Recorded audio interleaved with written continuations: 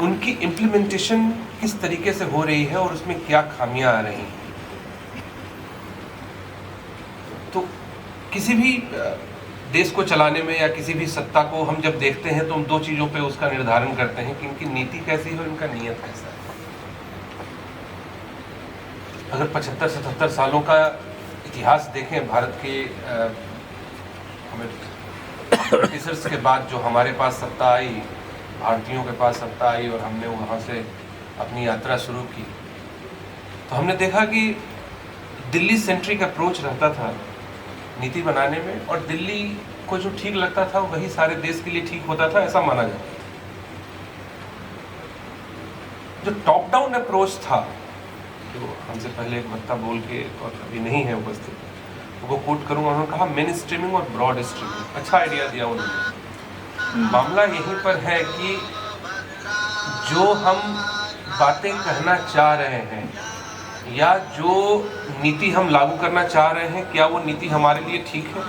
जैसे मैं JNU में अभी असिस्टेंट प्रोफेसर हूँ, शिक्षा मंत्रालय हमारे लिए कोई नीति बना दे और हमारे साथ एक वाइडर कंसल्टेशन न हो और उस नीति का शिक्षा पर बहुत ही बुरा प्रभाव पड़े, तो फिर उस नीति से देश आगे नहीं बढ़ रही है, उस नीति से किसी को फायदा हो रहा होगा, इसलिए वो नीति बनी है। वही मामला है हमारे जनजातीय समुदाय के लोगों के साथ, जो पूरे देश भर में है।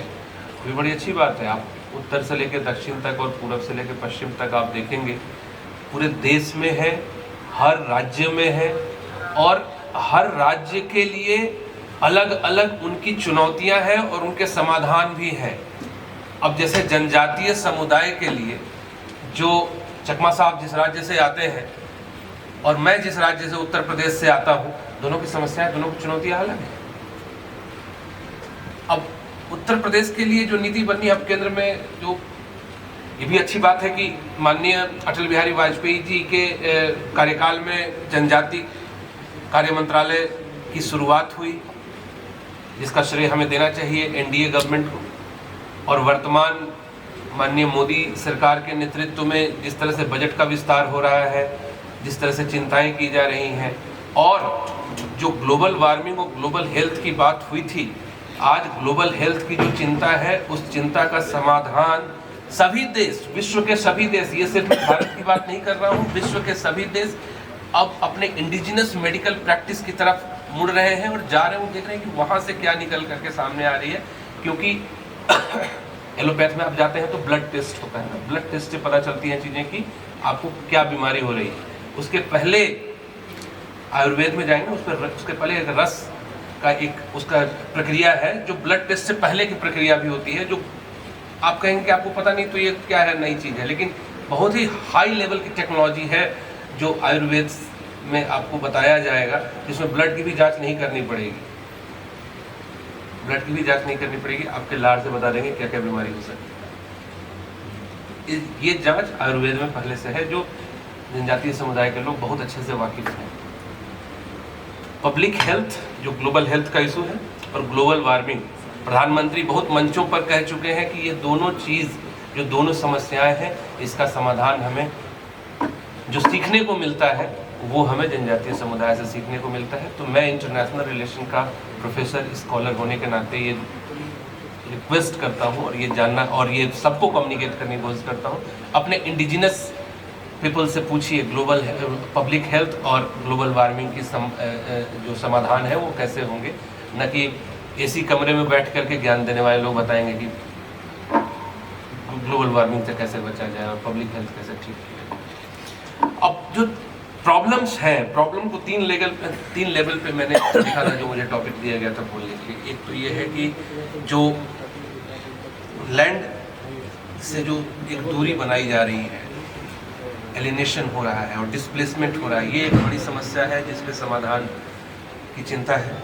दूसरा जो है वो सोशियो इकोनॉमिक मार्जिनलाइजेशन है, जो हम ही तय कर रहे हैं, एक समाज तय कर रही है, एक अर्थव्यवस्था तय कर रही है, एक बाजार तय कर रहा है, जो वैश्विक बाजार है वो तय कर रहा है, वो है। और तीसरा जो सोशियो कल्चरल इम्पैक्ट है, सोशियो कल्चरल इम्पैक्ट, इसे एक छोटा सा कहानी बताऊंगा।